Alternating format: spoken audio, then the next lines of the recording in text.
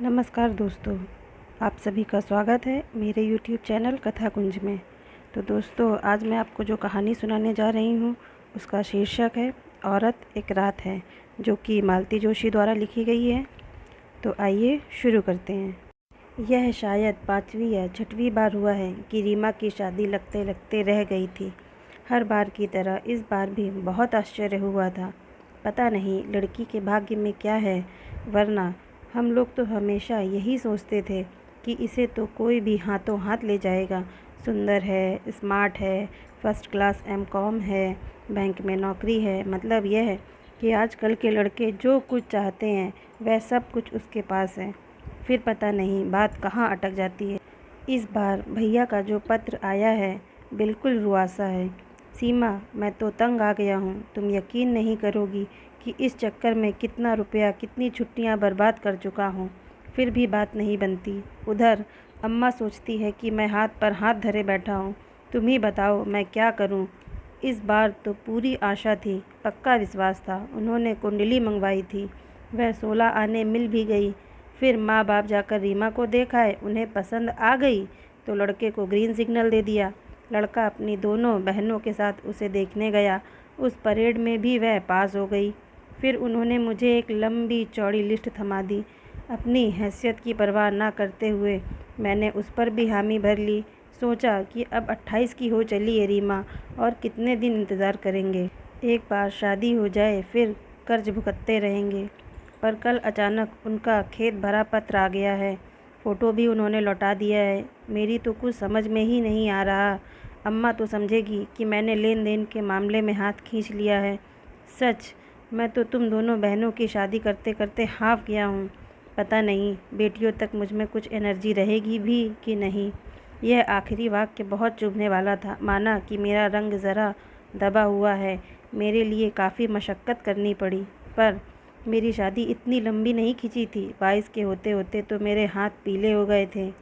यह बात और है कि मेरे 16 में पैर रखते ही अम्मा ने हाय तौबा मचानी शुरू कर दी थी। उन 4 वर्षों में मैंने इतने नकार झेले थे कि मैं अजीज आ गई थी। पहली बार जिसने हाँ कहा मैंने उसी को वरमाला पहना दी। मजबूरियाँ कभी कभी कैसी गलती करवा देती हैं। मेरी शादी तय होने तक तो भैया भी इतने कचुआ गए थे कि उनका बस चलता तो दोनों को साथ ही निपटा देते। पर उस समय रीमा बहुत छोटी थी।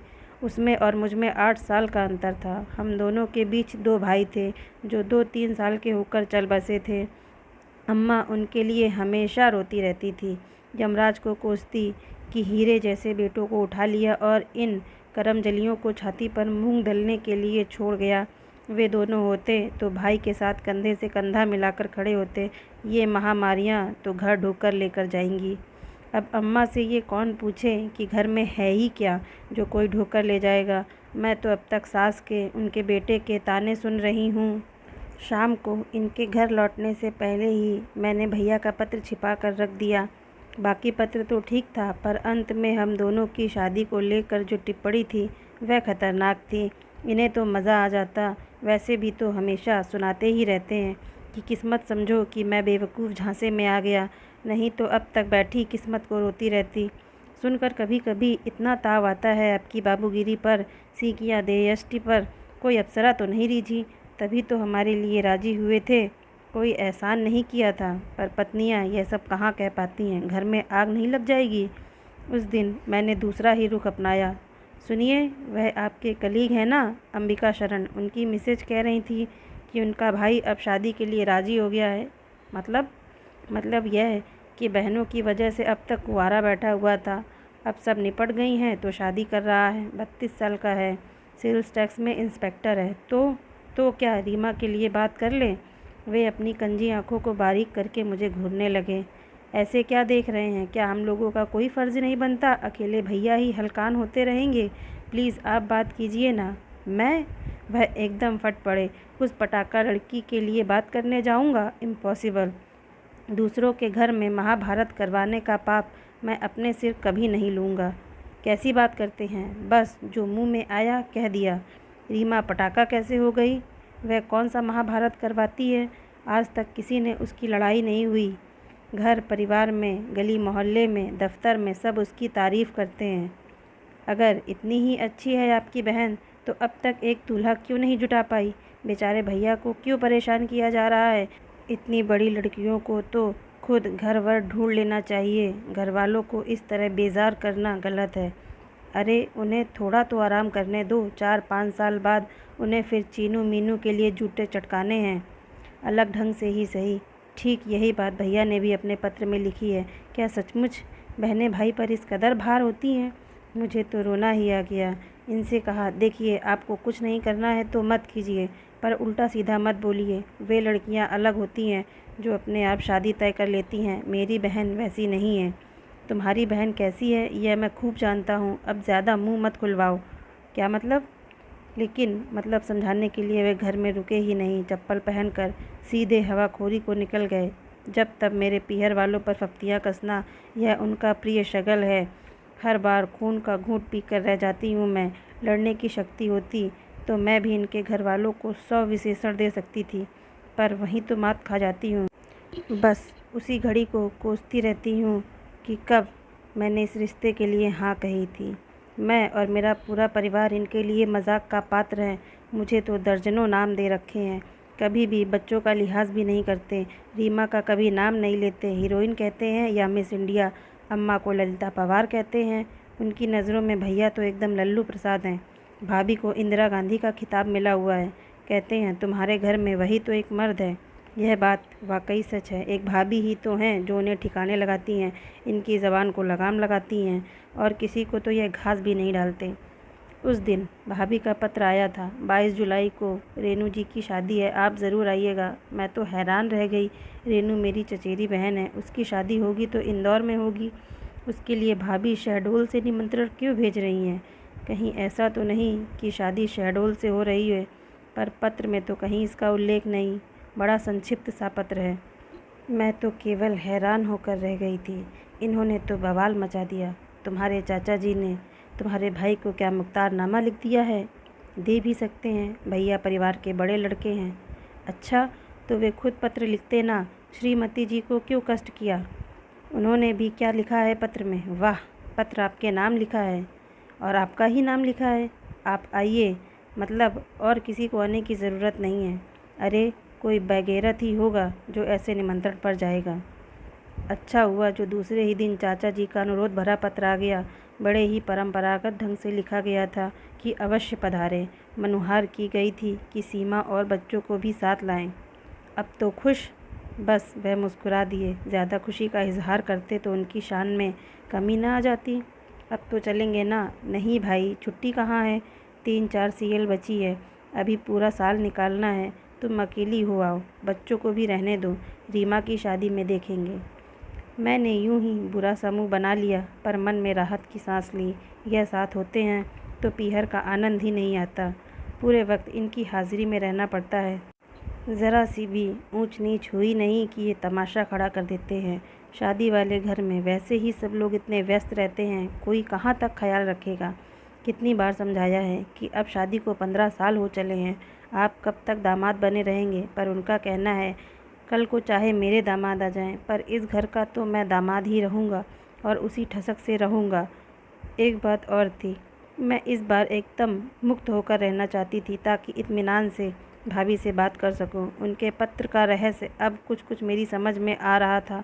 वह ज़रूर मुझसे कुछ कहना चाहती थी, नहीं तो आज तक उन्होंने मुझे कभी पत्र नहीं लिखा। यह पहला पत्र था। सच कहा जाए तो उनके साथ कभी अपनापा महसूस ही नहीं किया। वह बहुत अच्छी हैं। पहली भाभी के बच्चों को भी अच्छे से पाल रही हैं, सब ठीक है, फिर भी दूरी बनी हुई है। वह थोड़ी गंभीर, थोड़ी सिद्धांतवादी, बहुत ही अनुशासन प्रिय हैं, इसलिए उनसे सहज संवाद स्थापित नहीं हो पाता। उनकी तुलना में कविता भाभी तो एकदम गऊँ थी। शादी में भैया भाभी बच्चे सभी आए थे। छोटे अक्षत को मैं मुंडन के बाद पहली बार देख रही थी, और चीनू मीनू तो इतनी बड़ी हो गई थी कि पहचान में ही नहीं आ रही थी। चीनू तो एकदम अपनी माँ की प्रतिमूर्ति लग रही थी। सच, 4-5 साल बाद तो भैया को इनके लिए भी हाथ पैर मारने होंगे। तब तक भी रीमा कुंवारी बैठी रही तो अम्मा ने जैसे मेरे मन की बात पकड़ ली। वैसे भी रेनू की शादी में उनका उदास होना लाजमी था। वह रीमा से 4-5 साल छोटी थी। चीनू मीनू को देखकर अम्मा बोली, 2-4 साल बाद ये दोनों भी अपने अपने घर की हो जाएंगी, पर यह करमजली लगता है यहीं बैठी रहेगी। करमजली हूँ तभी तो सबको जला रही हूँ, रीमा ने तड़प कर कहा। 1000 बार कहा होगा कि अब यह नाटक बंद करो, मुझे भी सुख से जीने दो, भैया भाभी को भी चैन की सांस लेने दो, पर मेरी कोई सुने तब ना। बस अम्मा को तो बहाना चाहिए था। उनका एकालाप शुरू हो गया। मन इतना ख़राब हो गया कि बस लोग सफ़र से थके हारे आए हैं, इनका भी ख्याल नहीं है, बस अपना रोना लेकर बैठ जाएंगी। मैं चुपचाप से छत पर चली आई और बरसात के धुले धुले आकाश को देखती रही। पीहर आने का सारा उत्साह ही हवा हो गया। अच्छा ही हुआ जो ये साथ नहीं आए, उन्हें बात करने के लिए मसाला मिल जाता। पीछे आहट हुई तो चौंक कर देखा, भाभी थी। अरे मैं तो समझी रीमा है, वह तो बैंक चली गई। अरे मुझसे तो बोलती कि छुट्टी ले लेगी, क्या पता। बोली शादी तो कल है, आज ही छुट्टी क्यों ज़ाया करूं। हाँ सोचा होगा अम्मा की झकझक सुनने से अच्छा है बॉस की बातें सुनना। भाभी फीकी हंसी हंस दी। इसलिए तो मैं यहाँ आने से कतराती हूँ, आते ही रोना शुरू हो जाता है। वह हर बार यह जता देती हैं कि हम बहन की कमाई पर ऐश कर रहे हैं और उसकी शादी में जानबूझकर देर कर रहे हैं, जबकि भगवान ही जानता है कि हम कैसी जी तोड़ कोशिश कर रहे हैं। और आप मुझसे मेरे बच्चे की कसम ले लीजिए जो हमने रीमा की कमाई को हाथ भी लगाया हो। आप भी भाभी अम्मा की बातों को इतनी गंभीरता से लेने लगेंगी तो हो चुका। हमें तो बचपन से ही आदत पड़ी हुई है, वह बोलती रहती हैं और हम इधर उधर हो जाते हैं। सच कहूँ मुझे उन पर गुस्सा कम और दया ज़्यादा आती है। बेचारी रीमा की चिंता में घुली जा रही हैं, पता नहीं क्या हो जाता है, हर जगह बात बनते बनते बिगड़ जाती है। मुझे पता है क्या। मैं एकदम चौंक पड़ी, विस्फारित नैनों से उन्हें देखने लगी। हाँ मुझे पता है, पर पहले आप यह बताइए कि कपिल कौन है। कपिल? हाँ यह वही व्यक्ति है जो रीमा की शादी को रोक देता है। यह आप क्या कह रही हैं भाभी। सुनिए, इस बार जहाँ बात चली थी वे लोग मेरे बहुत आत्मीय हैं, इसलिए मुझे पूरी उम्मीद थी और बात भी करीब करीब पक्की हो गई थी। फिर अचानक उनका रिफ्यूज़ल आ गया। ये तो हमेशा की तरह मुंह लटका कर बैठ गए। मैंने कहा हमें जवाब तलब करना चाहिए, ये कोई इंसानियत है। तो आपके भाई बोले हम लड़की वाले हैं, हमें दब कर रहना चाहिए। मुझे तो एकदम ताव आ गया। अरे अब शादी ही टूट गई तो क्या लड़की वाले और क्या लड़के वाले। मैं तो इनको बिना बताए वहाँ चली गई और उन लोगों को खूब लताड़ा। तो जानती हैं क्या हुआ। उल्टे उन्होंने मुझे फटकार लगाई कि आप हमारे लड़के को फंसा रही थी, लड़की का कहीं अफेयर चल रहा है और आप ज़बरदस्ती उसका रिश्ता हमारे यहाँ कर रही थी।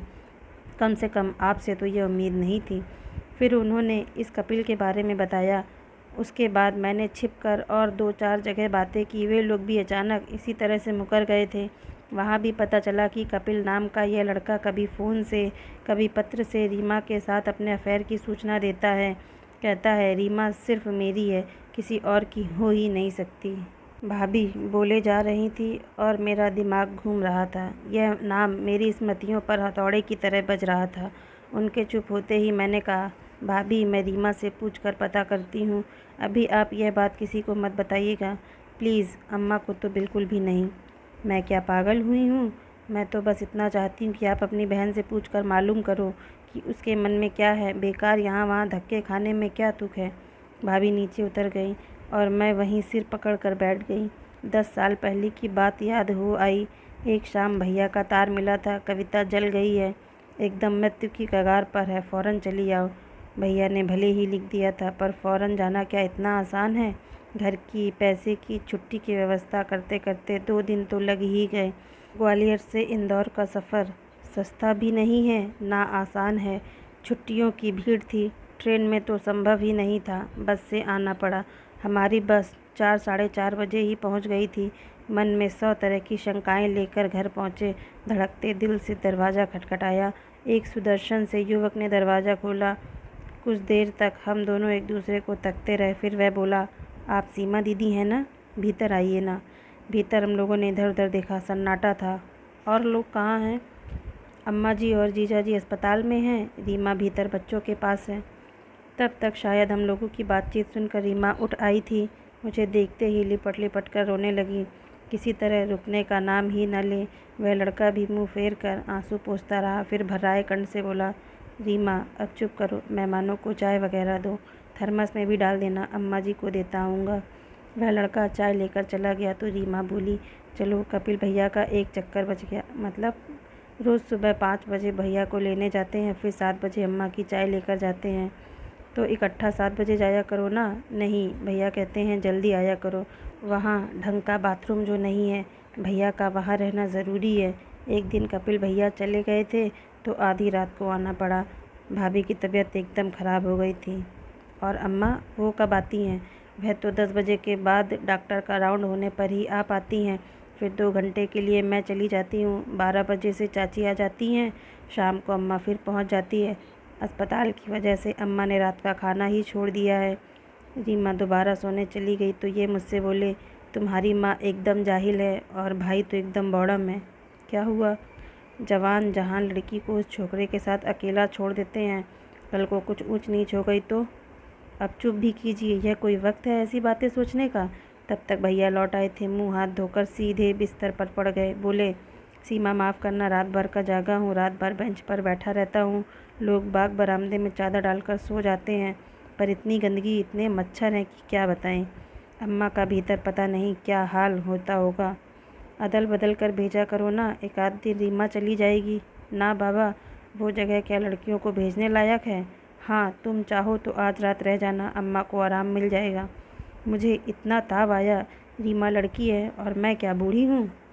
लेकिन रीमा ने अम्मा की जगह नहीं, अपनी जगह मेरी ड्यूटी लगा दी। बोली, कल मेरा पेपर है दीदी, सोचा था 8 दिन का गैप है, यह सब्जेक्ट बाद में पढ़ लूँगी, पर इन 8 दिनों में किताब खोल कर भी नहीं देखी है, आज थोड़ा सा देख लूँगी। सोनू को उसी के जिम्मे छोड़कर मैं गई थी। बाप रे, आज भी उस वार्ड की याद आती है तो उबकाई आती है। भैया ने कहा था खाना खा कर जाना, नहीं तो घर लौटकर खा नहीं पाओगी, पर मुझे तो लग रहा था कि मेरा सब खाया पिया बाहर आ जाएगा। और भाभी, उन्हें देखकर तो रोंगटे खड़े हो गए थे। वह कैसे जीवित थी, यही आश्चर्य था। वहाँ एक बुजुर्गवार महिला कह भी रही थी, बेचारी के प्राण बच्चों में अटके हैं, नहीं तो इतनी यातना के बाद क्या कोई जीवित रह पाता है। दूसरे दिन रीमा का पेपर था, 3 से 6 तक।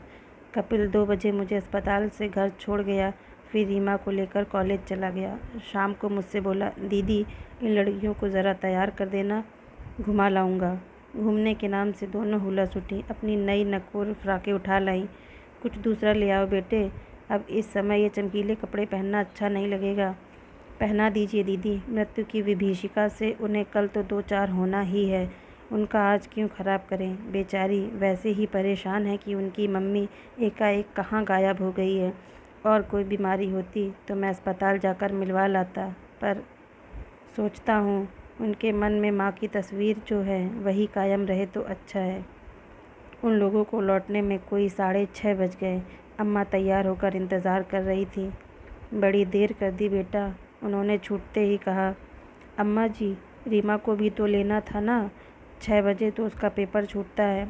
मीनू आते ही अम्मा से झूल गई। दादी, हमने है ना वहाँ पर शरबत पिया था। वाह गुरु, बड़े मज़े कर रहे हो। हम लोगों ने चौंक कर पीछे देखा, ये बरामदे में खड़े कुटिलता से मुस्कुरा रहे थे। रीमा का चेहरा लाल हो गया और वह सिर झुकाकर भीतर चली गई। कपिल का चेहरा उत्तेजना से तमतमा आया। उसने बड़ी मुश्किल से अपने ऊपर काबू किया होगा, क्योंकि जब वह बोल रहा था उसकी आवाज़ बड़ी शदी हुई थी। जीजा जी, इस समय मज़े की बात तो आप ही सोच सकते हैं, क्योंकि जो अस्पताल में पड़ी आखिरी सांसें गिन रही है वह आपकी तो कोई नहीं है, पर मेरी तो सगी बहन है। फिर भी कोल्ड ड्रिंक पीना तो याद रहा है ना? जी हाँ, वह इसलिए जो लड़की घर भर के कपड़े, बर्तन और खाना निपटा कर परीक्षा देने गई थी, उसे जाते हुए एक कप चाय भी नसीब नहीं हुई थी। प्यास से उसका गला चटक रहा था, इसलिए यह गुनाह मुझे करना पड़ा। माफ़ी चाहता हूँ। चलिए अम्मा जी, देर हो रही है। उन लोगों के जाते ही यह मुझ पर बरस पड़े। वह बित्ते भर का छोकरा मेरे मुंह पर इतनी बातें कह गया और तुम्हारी अम्मा बैठी सुनती रही। यह कोई तरीका है? आपसे भी तो चुप नहीं रहा जाता। भला इस समय उलझने की क्या ज़रूरत थी? उनकी लड़की है, उनका भला बुरा वो जाने, आपको क्या पड़ी है? इनको तो किसी तरह चुप करा दिया, पर दूसरे ही दिन मैंने अम्मा से शिकायत की। इस लड़के को इतना बढ़ावा दे रहे हो तुम लोग, सब पर ऐसे रौब झाड़ता है जैसे यहाँ का कर्ता धर्ता वही हो। इस समय तो लली सचमुच यही बात है। वही घर चला रहा है, वही दवा दारू का खर्च उठा रहा है। तेरे भाई के हाथ में तो फूटी पाई नहीं है। खर्च कर रहा है तो अपनी बहन के लिए कर रहा है, हम पर कौन सा एहसान कर रहा है। उसकी बहन तुम्हारी भी तो कुछ लगती है, तुम तो कुछ नहीं लाई, बस हाथ हिलाती चली आई। मुझे तो एकदम रोना आ गया। अम्मा को क्या मालूम कि महीने के आखिरी सप्ताह में 2 लोगों का किराया भी कितनी मुश्किल से जुटाया था। मैंने तो नक्कर कहा, मुझे किसी धन्ना सेठ के यहाँ ब्याह है तुमने, जो नोटों की गड्डियाँ साथ लेकर आती। देख बिटिया, अम्मा ने पुचकारते हुए कहा, धन्ना सेठ तो यहाँ कोई नहीं है, ना तुम ना हम ना वे लोग, बस समझ की बात होती है। उसके बड़े भैया और भाभी भी आए थे और झाँक कर चले गए। कानी कौड़ी तक खर्च नहीं की। माँ तो बेचारी खटिया पर पड़ी है। यही लड़का है जो खबर लगते ही भागा आया था और तब से लगा ही हुआ है। दवा दारू तो कर ही रहा है, 25-50 का रोज़ पेट्रोल भी डलवाता है। शायद इसीलिए भैया ने स्कूटर सौंप रखा है ताकि अपने आप भरता रहे। इसके बाद सारे माहौल से ही मुझे जैसे वितृष्णा हो गई। खाना भी खाती तो लगता किसी से भीख ले रही हूँ। अच्छा ही हुआ जो भाभी ने ज़्यादा प्रतीक्षा नहीं करवाई। उसी शाम उन्होंने आंखें मूंद ली। अम्मा कोई 6 महीने तक इंतज़ार करती रहीं कि वे लोग दोबारा रिश्ता लेकर आएंगे। भाभी 4 बहनों में सबसे बड़ी थी। तीसरी की शादी हो चुकी थी, चौथी अभी पढ़ रही थी, नंबर 2 अभी भी कुंवारी थी। उसके पैरों में कोट था और लचक कर चलती थी। अम्मा ने मन को समझा लिया था कि दुआजू बेटे के लिए इतनी कोट बर्दाश्त की जा सकती है। उसके आने से बच्चों की ओर से भी थोड़ा निश्चिंत हुआ जा सकता है। पर अम्मा प्रतीक्षा करती रह गईं और वहाँ से कोई संदेशा नहीं आया। हार कर अम्मा ने पहल की तो उन्होंने टका सा जवाब दे दिया। उनके बड़े भाई ने साफ कह दिया कि एक बार गलती कर दी थी, अब उसे दोहराएंगी नहीं। हमारी बहन कुंवारी रहे, हमें मंजूर है, पर उस नरक में दोबारा किसी को नहीं भेजेंगे। अम्मा अपना समूह लेकर लौट आई और जी जान से बहू की खोज में जुट गई। 2-2.5 साल के अथक प्रयासों के बाद उन्हें यश मिला। इस बार उनकी जिद थी कि नौकरी वाली बहू लाएंगी। वे घर का दलिद्दर दूर करना चाहती थी, पर यह भूल गई कि नौकरी वाली लड़की गूंगी गुड़िया नहीं होती, वह अपने निर्णय खुद लेती है। नई वाली भाभी ने आते ही ऐलान कर दिया कि ये बच्चे अगर मुझे पालने हैं तो मैं अपने ढंग से पालूंगी, किसी और का दखल मुझे मंजूर ना होगा। वह सिर्फ यह कहकर ही नहीं रुकीं, बच्चों को अपने साथ शहडोल ले गईं। हम लोग उनके इंदौर स्थानांतरण की बाट जो रहे थे, उन्होंने पता नहीं किस तरकीब से भैया को भी वहाँ बुला लिया। अम्मा खून का घूंट पीकर रह गई। इस बीच रीमा पढ़ती रही, घर संभालती रही, बच्चे पालती रही। उसकी ओर ध्यान देने की किसी को फुर्सत ही नहीं थी। जब औरों को उसकी उपस्थिति का भान हुआ, उस समय वह M.Com कर चुकी थी और 24 साल की हो रही थी। इस आपाधापी में कपिल का अध्याय तो बिसर ही गया था। मतलब अध्याय जैसी कोई बात ही नहीं, अगर होगी भी तो किसी ने उसे तूल नहीं दिया। अम्मा का पूरा ध्यान घर की कन्याओं पर था। जब वहाँ से निराशा हाथ लगी तो उन्होंने उस घर से संबंध ही तोड़ लिए। रेनू की विदाई के बाद भैया लोग भी लौट गए। जाते हुए भाभी ने फिर एक बार याद दिलाया कि मैं रीमा से बात कर लूँ, इसलिए मैंने अपने जाने की तारीख 2 दिन आगे बढ़ा दी थी। जैसे ही जरा सा एकांत मिला, मैंने सहज रूप से बात छेड़ दी। रीमा, तुम्हारे परिचितों में कोई कपिल है? परिचितों में तो कोई नहीं है, हाँ रिश्तेदारों में एक है। कौन? वही चीनू मीनू के मामा जी। उसका उत्तर इतना सरल और स्वाभाविक था कि शक की कोई गुंजाइश ही नहीं थी। फिर भी मैंने कुरेदा, उन लोगों की, मेरा मतलब कोई चिट्ठी पत्री आती है? नहीं तो एक शादी का कार्ड भराया था, वो भी अम्मा ने फाड़ कर फेंक दिया। कभी मुलाकात होती है? मुलाकात कहाँ से होगी, वो तो एक अरसे से बाहर है। चीनू बता रही थी कतर या ओमान में कहीं है। चीनू कैसे जानती है? क्या उन लोगों के कॉन्टैक्ट्स हैं?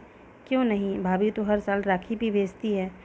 तभी तो भाभी को तो इस कपिल का पता ठिकाना सब मालूम है, तभी तो उस पर शक नहीं गया। क्या सोचने लगी दीदी? कुछ नहीं रे, मैं इस कपिल नाम के आदमी का पता लगाना चाहती हूँ। क्यों? क्योंकि यह शख्स हर जगह फ़ोन करके यह प्रचारित करता है कि तुम्हारे साथ उसके संबंध हैं, इसलिए हर बार बात टूट जाती है। जाने दो दीदी, जो लोग ऐसे सिरफिरों की बातों पर कान देते हैं, उन लोगों पर मेरी कोई आस्था नहीं है। ऐसी जगह संबंध ना होना ही अच्छा है। देखो, उन लोगों का कोई दोष नहीं है। कल को हमें अगर लड़के के बारे में ऐसी वैसी बात पता चलेगी तो हमारा भी मन खराब होगा कि नहीं? सच कहूँ दीदी, मुझे अब इन बातों में कोई दिलचस्पी नहीं रही। शादी के नाम से ही वितृष्णा होने लगी है। मैं तो कहती हूँ कि तुम लोग अम्मा को मनाओ और यह अध्याय यहीं ही बंद कर दो। मैं भी मुक्त हो जाऊँगी और अम्मा के आखिरी दिन भी सुख चैन से कट जाएंगे। तुम तो जानती हो भाभी के साथ उनकी पटरी बैठती नहीं, एक दिन भी निभाना मुश्किल है। अब बुढ़ापे में उनकी छीछा लेदर ना हो वही अच्छा है। रीमा की बात ने मेरी सोच को एक नई दिशा दी। कहीं अम्मा ही तो यह प्रपंच नहीं रच रही। वे जानती हैं कि रीमा की शादी के बाद उनकी आज़ादी समाप्त हो जाएगी, उन्हें भैया के पास जाकर रहना होगा। पर अम्मा इतनी ऊंची तरकीब नहीं भिड़ा सकती, वह तो सिर्फ बकझक कर सकती हैं। एक नाम जहन में और उभरा, भैया। लड़कों के अते पते तो वह ही जानते थे और रीमा की शादी ना होने का सबसे ज़्यादा लाभ उन्हीं को मिलेगा। एक तो खर्च भी बचेगा, दूसरा अम्मा की जिम्मेदारी भी नहीं रहेगी। लेकिन यही करना होता तो वे इतनी उठापटक क्यों करते, हाथ पर हाथ धरे बैठे न रहते। दोपहर में अम्मा को फिर से दौरा पड़ा। अपने दिवंगत पुत्रों को रो रो कर याद कर रही थी। अरे वे होते तो कहती कि दोनों मिलकर इस लड़की को पार लगाओ रे। बड़े को तो किसी की चिंता नहीं है, बस बीबी का पल्लू पकड़े पकड़े घूम रहा है। यह लड़की कुंवारी रह जाएगी तो मैं भी सुख से मर भी नहीं पाऊँगी। रीमा ने मेरे लिए आधे दिन की छुट्टी ले ली थी। उसके घर आते ही यह नाटक शुरू हो गया। दीदी, बस इसीलिए मैं घर में नहीं रुकती हूँ। मुझे देखते ही जैसे इन्हें अटैक आने लगता है। बेकार में भैया भाभी को कोसती रहती हैं। अपने तई बेचारे इतनी मेहनत कर रहे हैं, अब भाग्य में नहीं है तो वे क्या कर लेंगे। अरे वाह रे भैया की लाडली, दुनिया में और भी तो लड़कियां हैं, उनकी शादी कैसे होती है। ये रेनू लोग 5 बहनें थीं, सबकी सब ब्याह गई कि नहीं। मुझे पट्टी पढ़ाने की कोई ज़रूरत नहीं है, करने से सब होता है। मैंने कहा, अम्मा तुम भैया पर बेकार तोहमत लगा रही हो, वह तो जी जान से लगे हुए हैं, पर कोई है जो लड़के वालों के कान भर देता है। हमारी तो किसी से दुश्मनी नहीं है, फिर कौन हो सकता है। जब तक रीमा मुझे रोकती मैं अपनी बात कह चुकी थी। बाद में अपनी भूल का एहसास भी हुआ, पर अब पछताने से कोई लाभ नहीं है। अम्मा बाकायदा शुरू हो गई थी, वो जो कोई भी हो उसका भला नहीं होगा। कन्या के विवाह में जो कोई रोड़े अटकाता है वह महापाप का भागी होता है। उसकी 7 पीढ़ियाँ नरक में जाएंगी, उसके पुरखों को पानी नहीं मिलेगा, उसके पूरे शरीर से कोढ़ फूटेगा। बस करो अम्मा, रीमा चीखी। ऐसा ना हो तुम्हारे ये श्राप किसी अपने को ही जाकर लगे। अपने को क्यों लगेगा, जिसने किया होगा वही भुगतेगा, तो उसे भुगतने दो। तुम तो अपना भाषण बंद करो, शहर में ढिंढोरा क्यों पीट रही हो। जितना बदनाम उसने नहीं किया होगा उतना तुम मुझे कर दोगी। बड़ी मिन्नतों से अम्मा चुप हुई थी। शाम को हमने उन्हें ठेल ठाल कर चाची जी के यहाँ भेज दिया। थोड़ी देर चाची के पास बैठ जाना, उनका मन बहल जाएगा। बेचारी रेनू की वजह से उदास होंगी। मैंने शंकित स्वर में पूछा, वहाँ जाकर कुछ बकझक तो नहीं करेंगी ना। अरे नहीं, बाहर तो अपनी नाक ऊंची रखती हैं, किसी को थोड़े ही बताती हैं कि मेरी शादी नहीं लग रही है। लोग तो ये जानते हैं कि मुझे कोई लड़का पसंद नहीं आ रहा। और तो और चाची के यहाँ तो भाभी का भी गुणगान करती हैं, बड़ी कूटनीतिज्ञ हैं। राजनीति में होती तो पता नहीं कहाँ तक पहुँचती। राजनीति में होती तो अच्छा होता, कम से कम सारी जनता मिलकर उन्हें झेलती। अब तो हम अकेले ही झेल रहे हैं। मैंने कहा, अकेले मुझे झेलना पड़ता है, तुम लोग तो अपनी अपनी गृहस्थी में मस्त हो। वाह क्या मस्ती है, मैंने मन ही मन सोचा। फिर कहा, हमने अम्मा को बोलने नहीं दिया वो बात अलग है, पर उनका गुस्सा जायज़ है। खून तो मेरा भी खौल रहा है। मैं अम्मा की तरह गालियाँ नहीं बक सकती, पर लगता है कि वह आदमी सामने मिल जाए तो उसका मुंह नोच लूँ, उसकी आंखें निकाल लूँ। रीमा हंस दी। नहीं की क्या बात है, मैंने गुस्सा कर पूछा। तुम्हारा जोश देखकर हंसी आ रही है। इतना उछलो मत दीदी, वह आदमी सामने आ भी जाएगा तो तुम कुछ नहीं कर पाओगी। क्यों?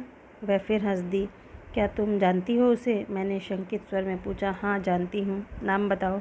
मैं तो बता दूँगी, पर तुम वह नाम ले नहीं पाओगी। पल भर को मेरा खून जैसे जम गया। धड़कते दिल से मैंने पूछा, तुम्हारा मतलब? हाँ, मेरा मतलब वही है जो तुम समझ रही हो। तुम्हें बताना नहीं चाहती थी, पर तुम्हारा जोश देखकर रहा नहीं गया। लेकिन वे ऐसा क्यों करेंगे? क्योंकि उन्होंने मुझे धमकी दी थी, चैलेंज दिया था कि वे कभी मेरी शादी नहीं होने देंगे, दरवाजे पर आई हुई बारात भी लौटा देंगे। इधर कुछ दिनों से मुझे शक हो रहा था, पर जब तुमने कपिल का नाम लिया तो मुझे विश्वास हो गया कि यह काम उन्हीं का है।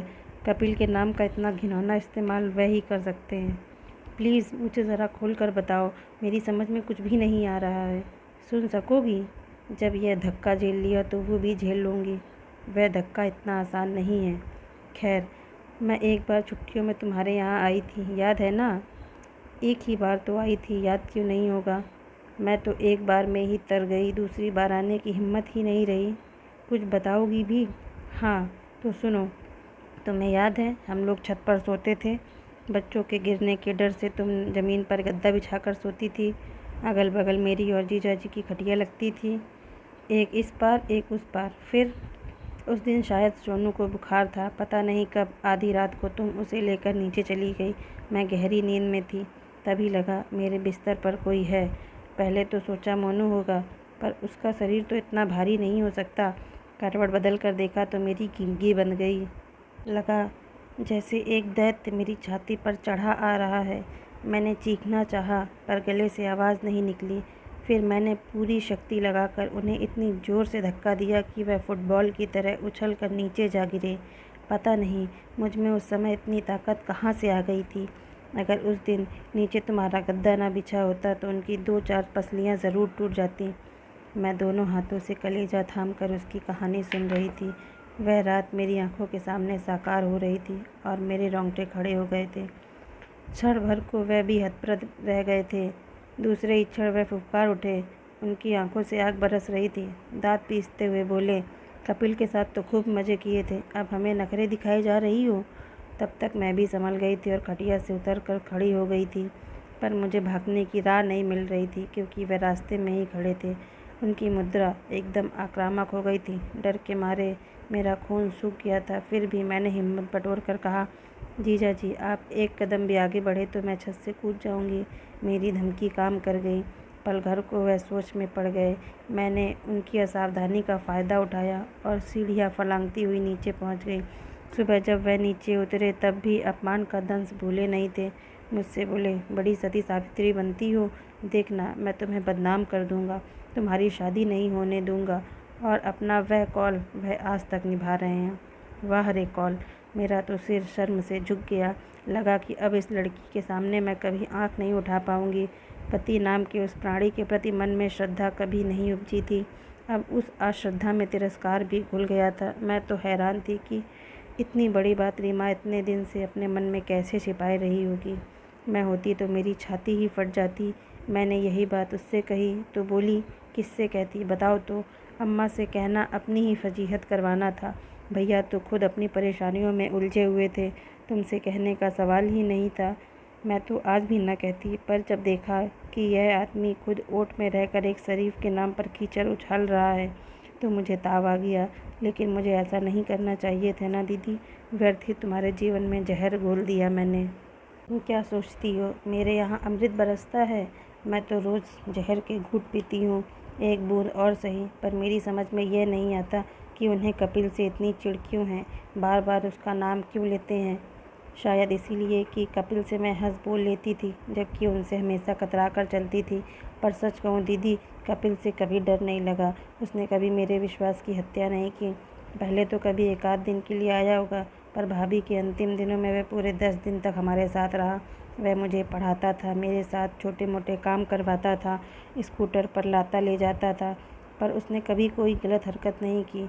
और जीजा जी की उपस्थिति में मैं हमेशा सहमी सहमी सी रही। लगता था जैसे यह शख्स मौके की तलाश में है, दांव लगते ही दबोच लेगा।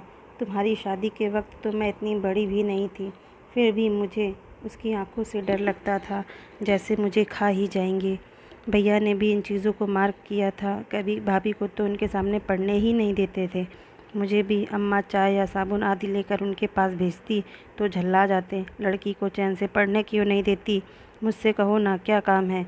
एक आध बार उन्होंने मुझसे भी कहा, रिमी, इन शख्स से ज़रा दूर रहा करो, अम्मा को तो कुछ अकल है नहीं, इसलिए तुमसे कह रहा हूँ। वो जो एक मुहावरा है ना, धरती फट जाए और मैं उसमें समा जाऊँ, शायद ऐसे ही मौक़ों के लिए बना होगा। मुझे लगा कि इतनी शर्म और इतनी ग्लानि लेकर मैं कहाँ मुँह छिपाऊँगी। पति के लिए ऐसे फ़िक्रे सुनने से तो अच्छा ही था कि दीदी प्लीज़। रीमा मुझे झकझोर रही थी। क्षण भर को शायद मैं एकदम पत्थर बन गई थी, क्योंकि वह बार बार पूछ रही थी, दीदी तुम ठीक तो हो ना? प्लीज़ इधर मेरी तरफ देखो, तुम्हारी तबीयत ठीक तो है ना? मुझे कुछ नहीं हुआ है रीमा, मेरी चिंता मत कर। मैंने सूखी हंसी हंसकर कहा। होना भी नहीं चाहिए, नहीं तो मैं अपने आप को कभी माफ़ नहीं कर पाऊँगी। मैंने अपने दिल का बोझ तो हल्का कर लिया, पर तुम्हारे दिल पर एक बोझ लाद दिया।